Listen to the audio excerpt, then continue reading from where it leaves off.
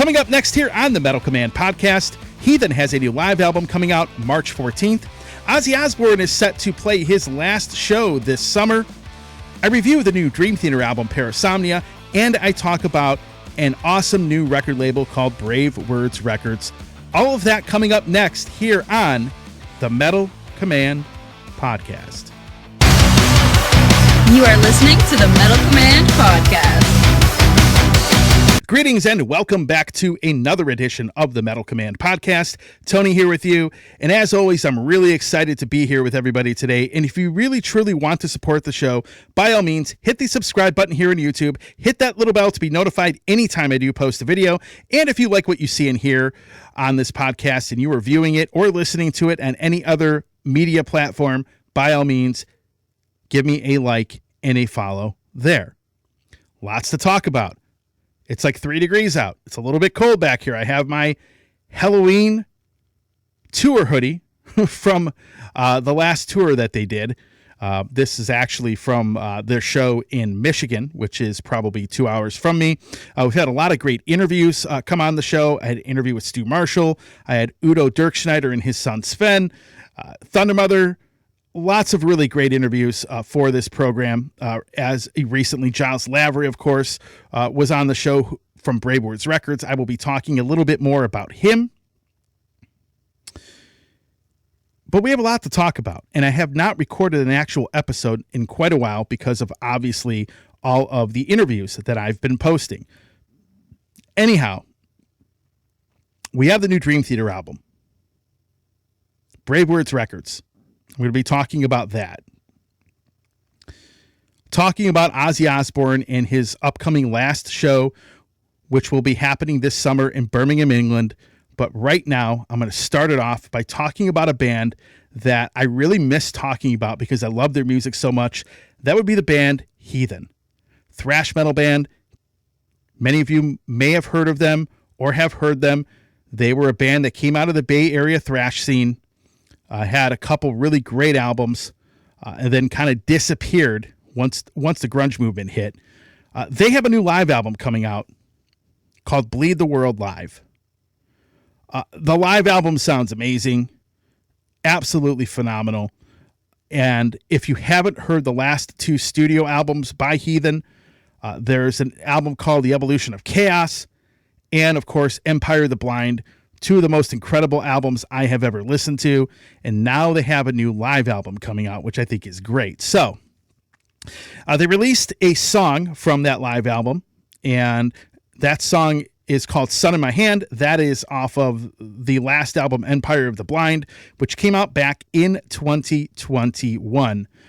And just a phenomenal mix on this live record. And when you listen to this, at least from this song, you can totally tell a lot of time and care is really put into getting the best performances from their tour. Now, if you're looking to pre-order the live album, before I get into the rest of this, they, on their web shop, have pre-orders available for physical copies if you want them.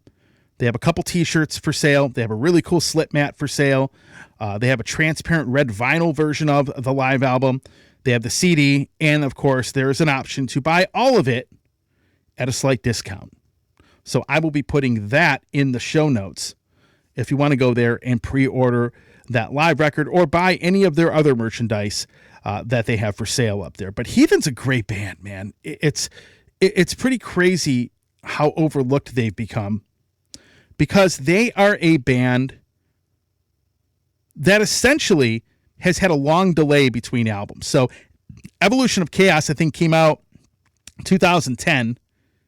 And then Empire of the Blind came out in 2021. Now, for those of you that may or may not know, Craig Lum, who, by the way, I interviewed for the show, and I will play a couple clips here from him in a second. He filled in for Gary Holt on the Blood In, Blood Out tour for Exodus while Gary played with Slayer. And, of course, that caused a delay between records. Then, of course, COVID hits, and they have a new album come out in 2021, but obviously the touring plans were delayed, and that, of course, has held things up for this band. But I'm really excited. They finally put out something new. as far as a release. This live album is cool. When you listen to it, the crowd sounds great. The performances of the band sound phenomenal. And what they did was really cool. So they recorded, they went on some tours with, they had a tour with Symphony X. They did a tour with opening for Overkill. And what they did is they recorded all of their shows and they went through every single show and picked out the best performances from that tour to put on this live album. They even recorded the crowd, which was really cool. And it's just a great feel of a live record. And to kind of talk more about this, I did have Craig Lum on the show. That interview will be coming up soon. But here's an interview clip where Craig talks about how they ended up making this live album. Check this out. We recorded every single show on our tour that we did with Overkill in 2023. Mm-hmm. And we recorded both the band and the audience, and then we scoured through all of the shows to find the best performance of each song or something special for each song. And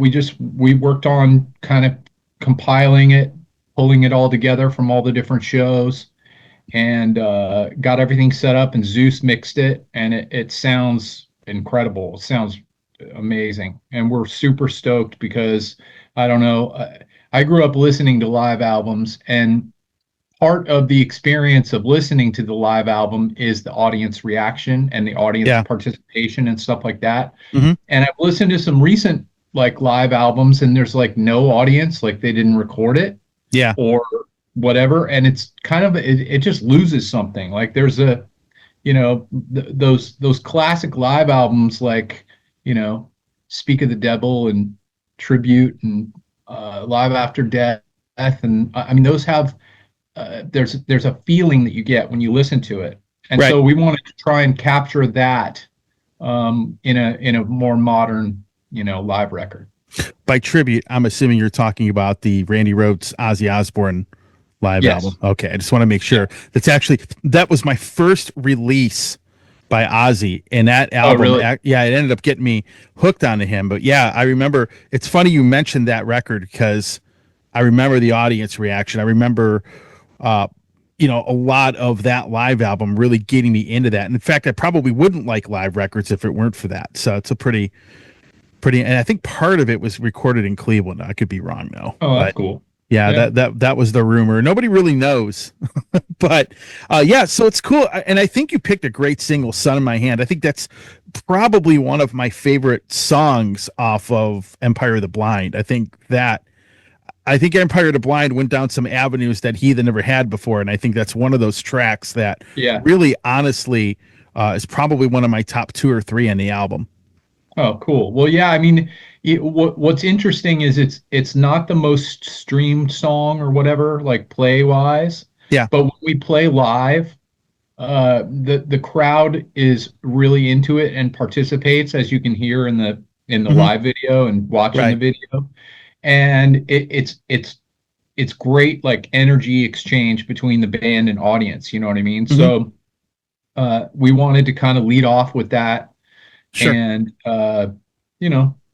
we've got another song that'll sort of be featured and another music video, another live video to go with another song from the record. So it came out great. We've got at least one song from every album. We were able to find an extra song that wasn't on our usual Overkill tour, tour set list. We had a couple of off-date shows that we did in the U.S. with Exhorder. So we pulled "Set Me Free" in from one of those shows, and it came out really good, man. Yeah, you played "Goblin's Blade," which is actually one of my favorite tracks off of that album. Classic song, definitely. That seems to be the fan favorite from that first record.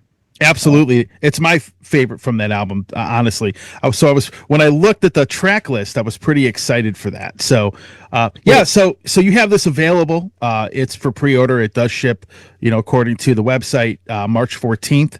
But yep, you have it that's on cool. red. You have it on red vinyl. You have a really cool slip mat that you have available for it. CD, a couple cool T-shirts, and if you want to save a little money, you want everything there, you can buy the whole. You can have it all bundle type thing going on. So, Yeah, uh, the You Can yeah, Have It All bundle is only available in the Heathen store. correct. So yeah, and the vinyl is it's a transparent red. You can't really tell from the way it's presented, but Right. it's going to look really cool. I'm stoked on it. When you're recording a live record like that, and I know a lot of bands might, will record live albums from like around. I mean, how painstaking is it to go through all of those shows and then be like, hey, pick out what's the best performance. Like, for example, let's say you play 50 shows. You got 50 Yeah. concerts to go through. Do you do it like, do you go through 50 versions of the song and pick out the best of that 50? Do you go through each show individually? Like, how did you guys go about doing that? Yeah, I mean, you kind of have to go through, and there are going to be some things where like there's a technical glitch, or like, Mm-hmm. somebody's wireless cut out, or I mean, there's any number of like problems that can happen during a live show. Yeah. So not all of them are going to be usable.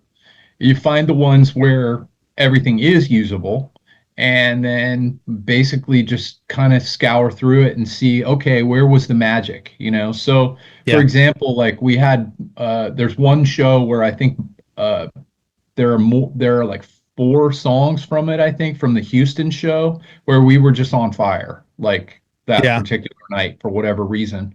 And the audience was also on fire.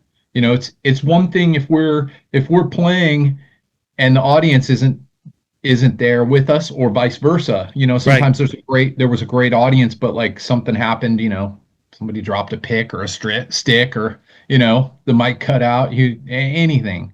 Mm-hmm. So it's basically that was what really kind of took us a long time, was kind of filtering out all of the stuff and finding the best ones, and then going in and basically like when the show's recorded, it's the whole thing, so you have to go in and you have to cut it up and find just the song and get all those files, and so Right. there's a lot of work kind of piecing it all together. And that's Cragen talking about how they went about creating this live album. I think the mix sounds amazing. Again, they have a video out for Sun in My Hand. Of course, that is a song off of the latest album, Empire of the Blind. And again, pre-orders for that live album are in the show notes. Now, here's the thing about Heathen. When I look at their contemporaries, I mean, they were kind of a band that came out. I mean, the history is very simple. They had a couple records come out late 80s, early 90s. They did a couple tours, and that was it. They really weren't around that long, or didn't put out a lot of material or tour that much. So they were one of those Bay Area bands that kind of went by the wayside and people sort of forgot about. Then in the 2000s, like many of the Bay Area bands and thrash bands did, not just Bay Area bands, but other bands as well, they came back with a comeback album called The Evolution of Chaos, which is still one of the most incredible records I have ever listened to. And when you look at bands from that area or bands from that era that are putting out albums now, Exodus, of course, has really not missed a beat, in my opinion, since 2003. Testament has been very consistent. Death Angel has been consistent. Overkill has been a very consistent band over the last 15, 16 years. Folks, the two albums Heathen has put out, like studio albums, I think are every bit as good as everything those bands have been doing. The problem is exposure. And the other problem is they never really truly developed a fan base. Same thing back in the old days. They never really had a lot of time to really develop a fan base. Fast forward to now, part of that reason is long delays between records, not being able to really tour much because of other commitments, and of course, COVID.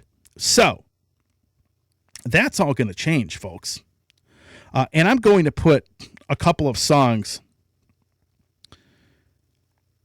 down in the show notes for you to check out if you want to check out how great this band actually is. If because if you've never heard them, and there's a lot of people that have heard of them, they just never really took the time to listen to them. I think their last 2 albums are much better than the old stuff. And on their live album, they do have, there are songs represented from all 4 studio albums. But these last 2 are incredible. Now, for those of you that know Heathen and have heard of the band and love the band, I have some great news for you. Craig and Lum and Heathen are sitting on almost 3 albums of material. And they plan on ramping up activity and eliminating the long delays between records. Check out this interview clip where Craig talks about exactly this. If someone were to ask you, timetable-wise, when would you want to have the next record out? Would it be next year? Sometime around then? No, this year. So this year. Okay, cool. That's what we're working towards. Now, that's if everything goes our way. Yeah. But yes, we're working towards that already. I'm already working on scheduling the first recording sessions and finalizing stuff. All of the rhythm guitar tracks for the whole album are finished. I'm done with them. Most of my guitar solos, I'm done with them. So a lot of it's already complete in a way. It's going to be a matter of, getting in and getting the drums recorded and then getting everybody else to do their parts, instruments, and, and the vocals and everything. And then, we sort of have a head start on it because I have all the guitar, well, not all, but 90-something% of the guitar tracks finished already. So what I'm doing over the next couple months before we have our one-off show in Chicago is I'm going to be working on trying to finalize the rest of the guitar tracks and then, start working on whatever other pieces need to be done. I've got a couple of songs where the vocals still need to kind of be reworked a little bit. But like I said, 2/3 of it, we could go into the studio right now and record it. Wow. That's really good news. Because when I ask that question, I always ask, how long is it going to take to record it? And then because merchandise, depending on how many bands clog the system, can take quite a while as well. If like Taylor Swift or Adele go out and make like 12 varieties of their next record, it's going to clog the system up, right? Or you can get the stuff done pretty quickly. So I always look for the worst case scenario. So it'd be great if it came out this year. That would be awesome. But worst case scenario, I would expect that we'd have the first single from the record out at the very least. But but I'm actually hoping that we have a song or 2 out before that. Yeah, sure. I've got stuff that's in the works already. A song I was just working on that we're talking about maybe releasing that won't be on the record, that might be a single before the record comes out. So my goal is to get away from what the band has done in the past, and in terms of how we've released music, and release music frequently, like really frequently. Yeah, possibly multiple times a year, where if we have a new song or whatever, just something new out there all the time, because that's the way of the future. And the band has worked at a snail's pace in the past, and I want to pick up the pace. So, and there you have it, folks. The activity with Heathen is going to ramp up. Before I end this segment here, I do want to say I think they have a very unique sound. They have a little bit more of a melodic singer. We don't have a lot of those in thrash metal, like you guys like Joey Belladonna and Eric from Flotsam and Jetsam. But Heathen is just getting started, folks. Better late than never. But we are going to see a lot of activity, and I got a good gut feeling. I haven't heard any of the new material or upcoming material, but I have a gut feeling it's going to sound amazing. So anyhow, if you like the band, check out some of the songs in the show notes I put up. If you like the band, or if you want to pre-order the live album, by all means, there's a link in the show notes to the Heathen store And if you want to get any of those items or do the buy it all discount, which is only available in their store, by all means, click on that link and order away. So with that being said, let's move on to the next topic. Ozzy Osbourne playing his last ever show and the final send-off of his very long and very successful career. Now, the show was announced. Tickets went on sale. The show sold out in 15, 16 minutes, something crazy like that. Ticket prices were obviously very expensive. I think nosebleed seats were probably around, and I'm doing a rough conversion on English pounds to dollars. But when it comes to US dollars, I think the nosebleed seats were $600, $700, $800, maybe close to $1,000. And it had a gold circle ticket, a premium ticket that was probably, somewhere between $3,600 and $4,000, somewhere around those lines. Obviously, fans were complaining about that. And then Ozzy said he will be performing bits and parts of songs, which I'm going to assume they will be playing Black Sabbath songs, maybe some Ozzy material, and he'll probably, because there are a lot of guests too, he'll probably be singing those songs with other people. Because there are a lot of guests. You have people from Metallica, Guns N' Roses, Hailstorm. There's a whole list of people. I think Jake E. Lee is coming back to maybe do a guest spot. But he's singing bits and pieces of songs. Now, a lot of people, a lot of haters have come out and they have started condemning Ozzy, saying, they're gouging fans and saying it's a huge, giant money grab by him and his wife. And of course, they're bashing Sharon Osbourne. Typical stuff, typical comments that you see. Let me dispel a few things and let me kind of put some things into context for everybody. First of all, it's really not a money grab, because any profits from this show, they're going straight to a charity for Parkinson's disease research and, of course, a children's hospital.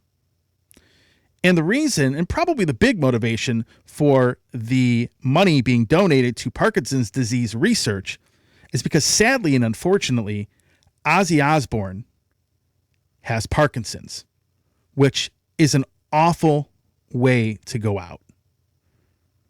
If you've watched famous people with Parkinson's disease, Michael J. Fox, Muhammad Ali had Parkinson's. It's a terrible disease for people to deal with. Glenn Tipton from Judas Priest has Parkinson's. Here's the thing. A lot of people are calling this a money grab. Here's what this is. Would I pay the price for the tickets? No.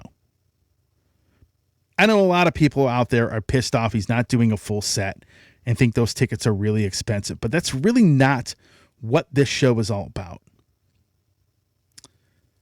Folks, the last show where Ozzy sang a full set was January 31st, 2018. Aside from the onset of Parkinson's disease, the man has a lot of physical issues, being able to walk properly. He's had a lot of issues physically. Part of this, because look, if you're a musician and you love what you do, and you've been doing it a long time, whether you make a ton of money like Ozzy has in his career, or whether you're like most people and you don't make any money, going on stage and performing is like a drug. It's not something that you can easily walk away from. Especially if you are a guy like Ozzy, who has been doing this for over 50 years. So number one, you have the urge to go back on stage. Guys can't, you just don't turn that off. Very few people could just turn it off. People thought Slayer would never come back because Tom Araya was done touring. Well, they played some shows. Tom probably had the itch to go back on stage and play shows. The money was also good, but you always have that urge to perform. I haven't performed live in a long time, but parts of me still say I should go and do it at some point. But it's not something if you've been doing it for a long time, because here's the thing, it's all he knows. It's all he's done for most of his life. So and the thing is, I don't think he wanted to go out the way that he did. I think he was forced by Mother Nature and Father Time to walk away sooner than he probably wanted to. And really didn't get the farewell to a very, very successful and influential career that he felt he should have had, and that, in my opinion, I think he deserves. So the only way to really do that is to plan a show in Birmingham, England. Sorry, I don't know why I had a hard time pronouncing that. But in Birmingham, where it all began for Black Sabbath, you invite a bunch of guest musicians, friends, family, get them all together, participate in one last performance so you can get the proper send-off to your career and go out where you feel the most comfortable. Because that's what this is. He wants to go out on his own terms. And it's sad because age and an unfortunate disease really kind of has prevented him from performing and going on tour and being able to do what he once was able to do. You know, like you hear about athletes all the time. They're past their prime. They can't do what they once did. A lot of them never go out on their own terms. Same thing with musicians. So, folks, I think the guy, being one of the most influential people in all of music and in the heavy metal scene,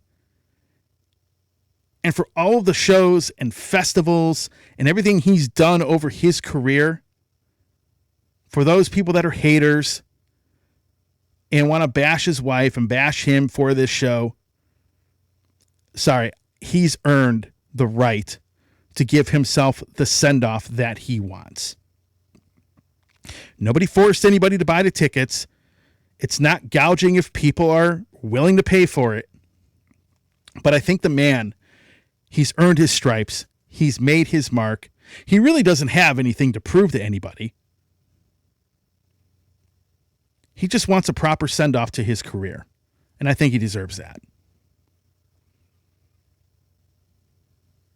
Are we going to get a full Black Sabbath set? No. But he will at least be on stage, most likely performing with a lot of friends, former bandmates, and colleagues. And a lot of these bands that are going to this show are people that he had a huge influence on, are people that Black Sabbath had a huge influence on, which is practically almost everybody. And I think this is great that he's going to get his proper send-off. Godspeed to Ozzy. The man has definitely made his mark. One of my first ever albums was the live album Tribute, the Randy Rhoads Tribute. Still listen to that to this day. And I probably wouldn't be doing this, what I'm doing right now for the show, if it weren't for people like the Ozman being part of the scene and being as influential as he has been. And regardless of whatever you want to say about, his career, Ozzy and his wife, you can hate them, like them, doesn't really matter. They always made sure they had a great group of musicians around him. And regardless of what you want to say about any of these people, his career was extremely successful. So that's all I have to say about that. I hope he has a great send-off. I hope the show goes well. It's sad the way that he's going out as far as contracting a disease like Parkinson's disease. It's a very sad thing to hear about from one of the icons in our scene. But I hope he has a great show. I hope it's the proper send-off.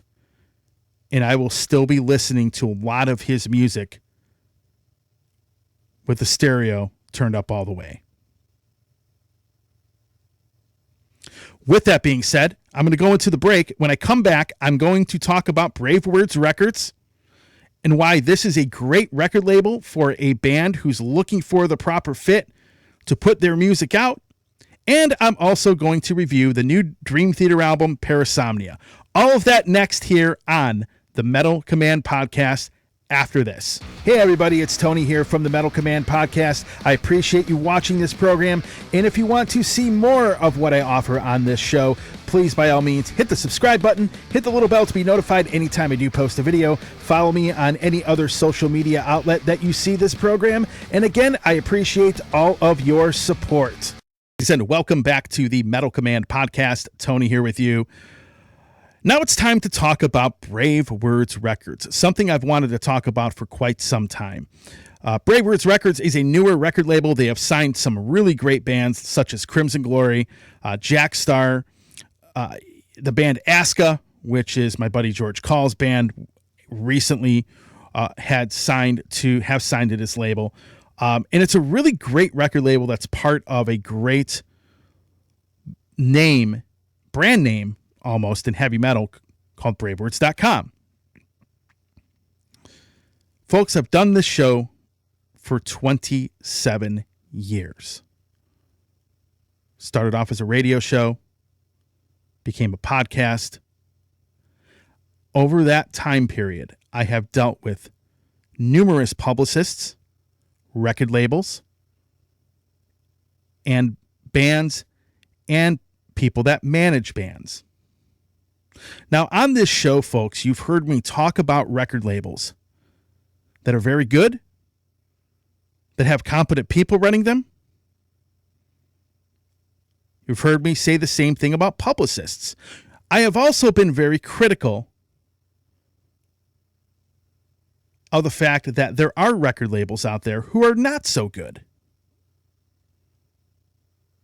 There are record labels out there that have incompetent people, and you could probably swap the staff of that label out with the staff at your local McDonald's, and most bands and people in the media would never have any clue that it even happened or know the difference.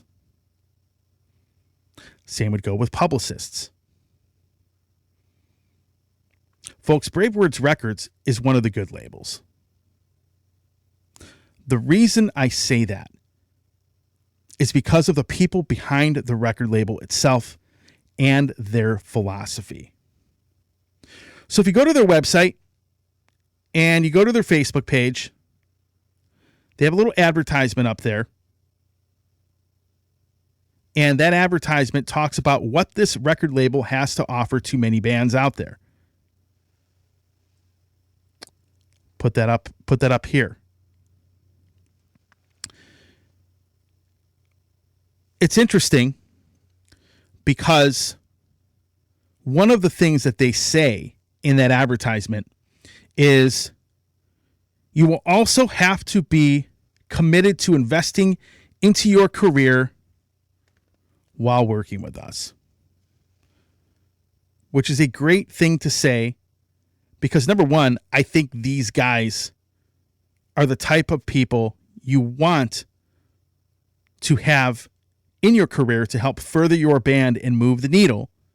And at the same time, because I've ranted about this is not a record label that that if you're a band who thinks you hire a publicist or get signed, that it's a golden ticket for you not to promote yourself anymore, it's probably not the label for you. There are a lot of cool people behind this record label who have a very good resume and who are very hardworking. And I think this is the reason this label will make some waves in the next year, 2 years, 3 years. I think they're really going to make a positive, meaningful impact on the metal scene. So let's start with the people that are behind this label. So let's start with Metal Tim Henderson. Tim Henderson, obviously, the main leader, the main man behind the record label, behind Bravewords.com.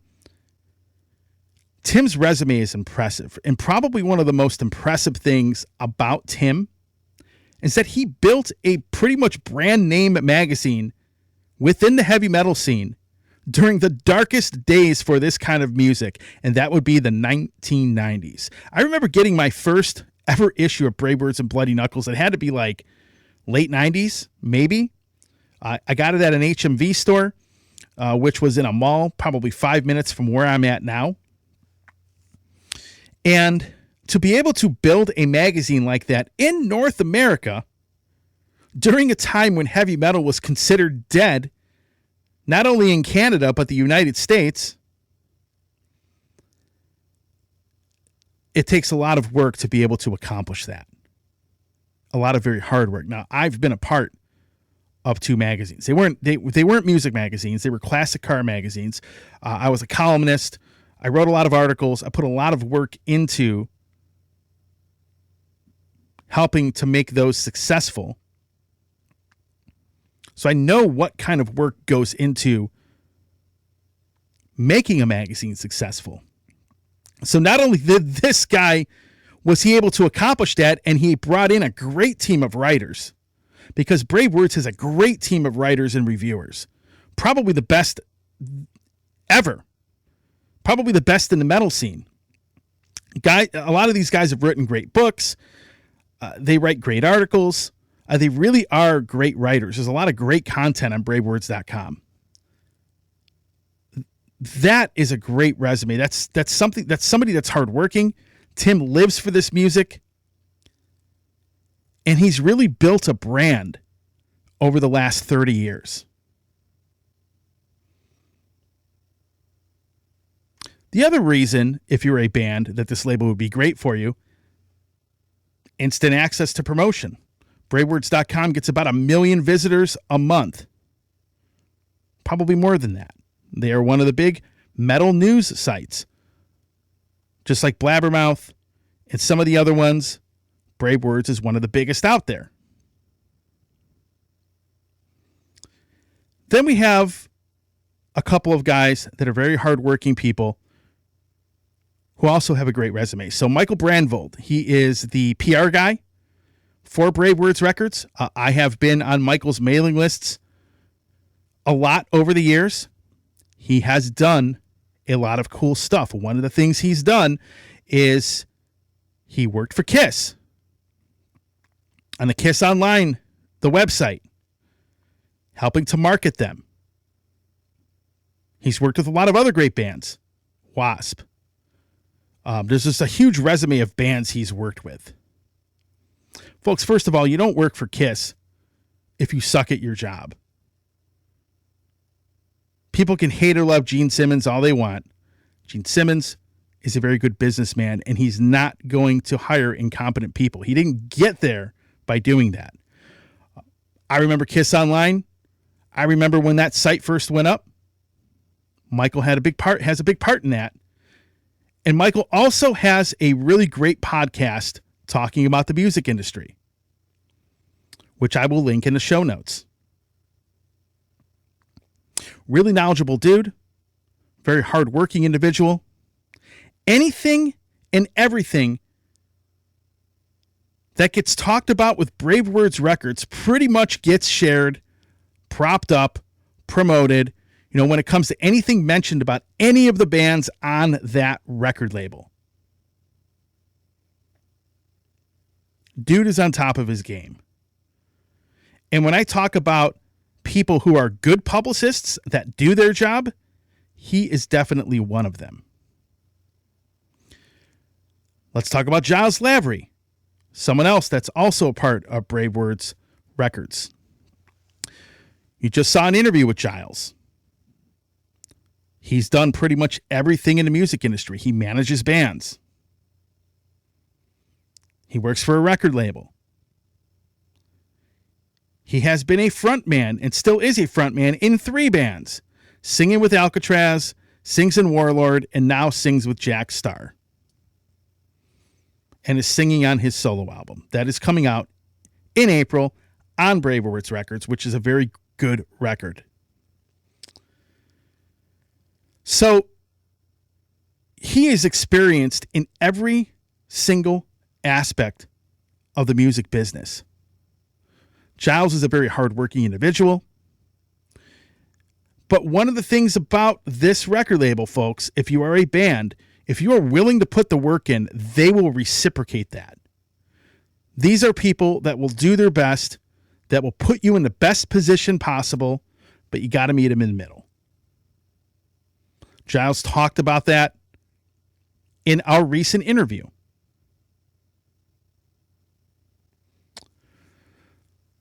So I'm really excited for this label. I'm really excited for the next Crimson Glory album. Really, really anticipating that. For those of you that have watched the show for a while and you watched the interview that I did with Travis Wills, their new singer, and then I bought Travis Wills and Ben Jackson, guitar player Ben Jackson from Crimson Glory. This is before any kind of signing was announced. Those guys were great.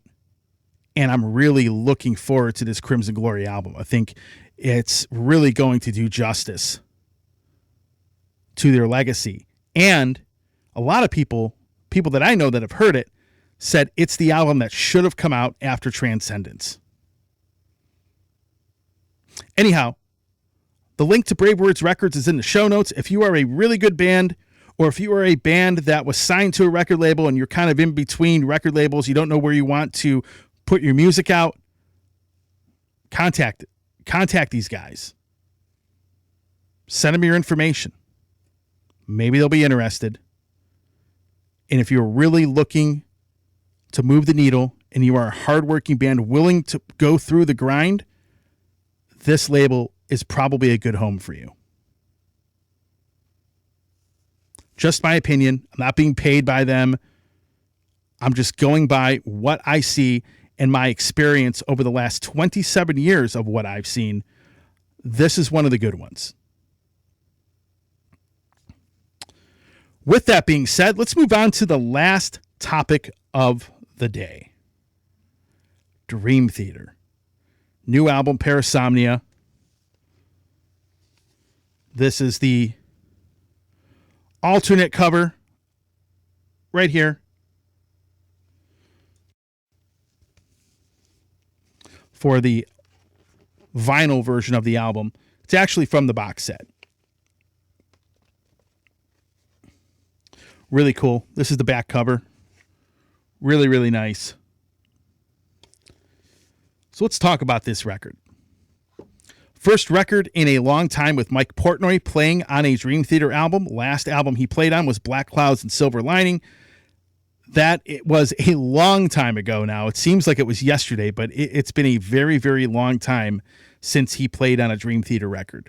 And a lot of people hyped this album up because Mike is playing on it, which is fine. As always, with a lot of releases, I will put them up on the Facebook page. I'll put like a album cover, give you like my brief opinion, and then I gauge reaction and comments. And of course, with Dream Theater, because they are a progressive band, the comments are all over the place. Everybody's opinion is so different when it comes to this band. I'm a little more simpler when it comes to this. Do I like the music or do I not? Obviously, I like the music. So I'll give you some of the differences on this album compared to a lot of the other ones. So, number one, I think this album is a lot darker. I think that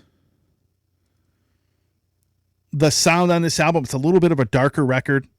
You know, you don't hear quite as many keyboards as you would on some of the other albums.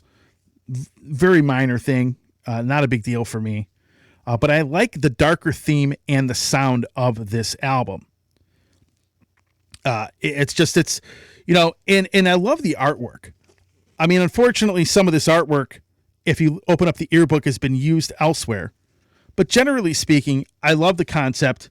The vinyl is, by the way, it's green. It's like a darker green. It's a pretty solid color. Very, very good. And I would probably give this album a 10 out of 10. It's really that good. One of my favorite albums, probably one of my top 5 Dream Theater albums. And it's a very hard list to make because all of them are so different.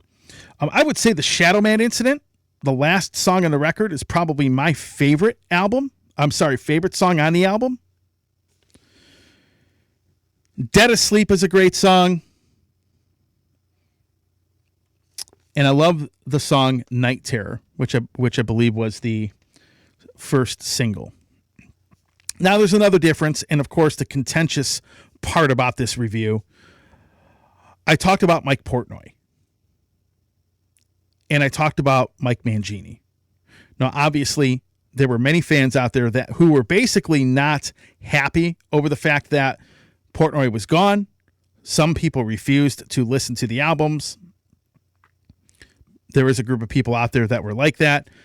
But it's all over the place with this. I think Mike Mangini did a phenomenal job.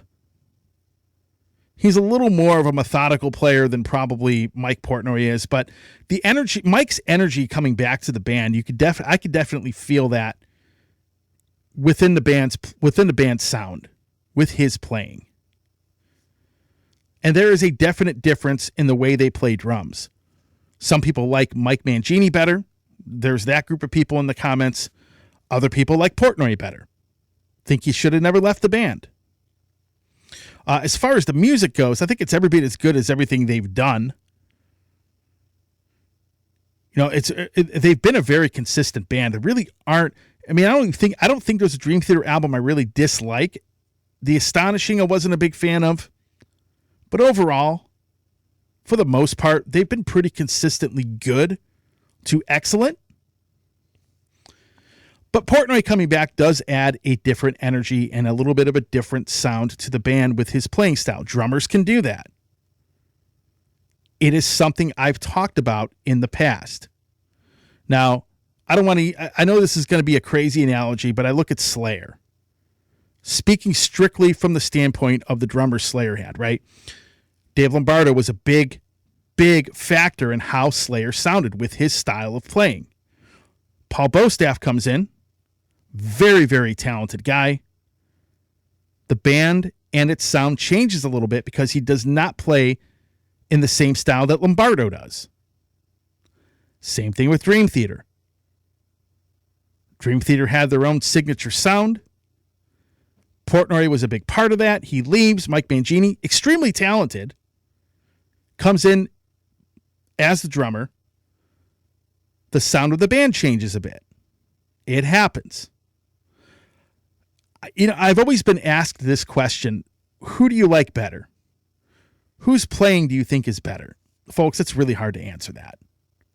It's hard for me to answer that because they're both extremely talented. If I had to pick, probably going to pick Mike Portnoy's playing. There are people that disagree with that. Actually, there were a lot of people that disagreed with me. But nevertheless, I think Portnoy is a phenomenal drummer. His energy being back in the band is part of the reason I like this album a lot. Some people claim that Mike coming back overhyped the album. I definitely don't believe that. I think if Mike Mangini had played in this album, it's with the songs that were written, I still think it would be great. I just like Mike's energy a little bit better. That's all. Not an indictment on Mangini at all. The guy is talented. He is phenomenal. But Mike is a founding member of this band. And, of course, his playing, I think, was missed a little bit. Overall, great record, though. 10 out of 10. A little bit of a darker album than most of your Dream Theater albums. And Dream Theater albums, like I said, they're hard to describe because they're a progressive band. I mean, they don't play the same typical types of song structures that everybody else does, right? So they have their own sound. It's Dream Theater. That's pretty much the best way to describe them because every album is so different. But this album's definitely cool. It definitely has a darker edge to it than a lot of their other records do. The box set is cool.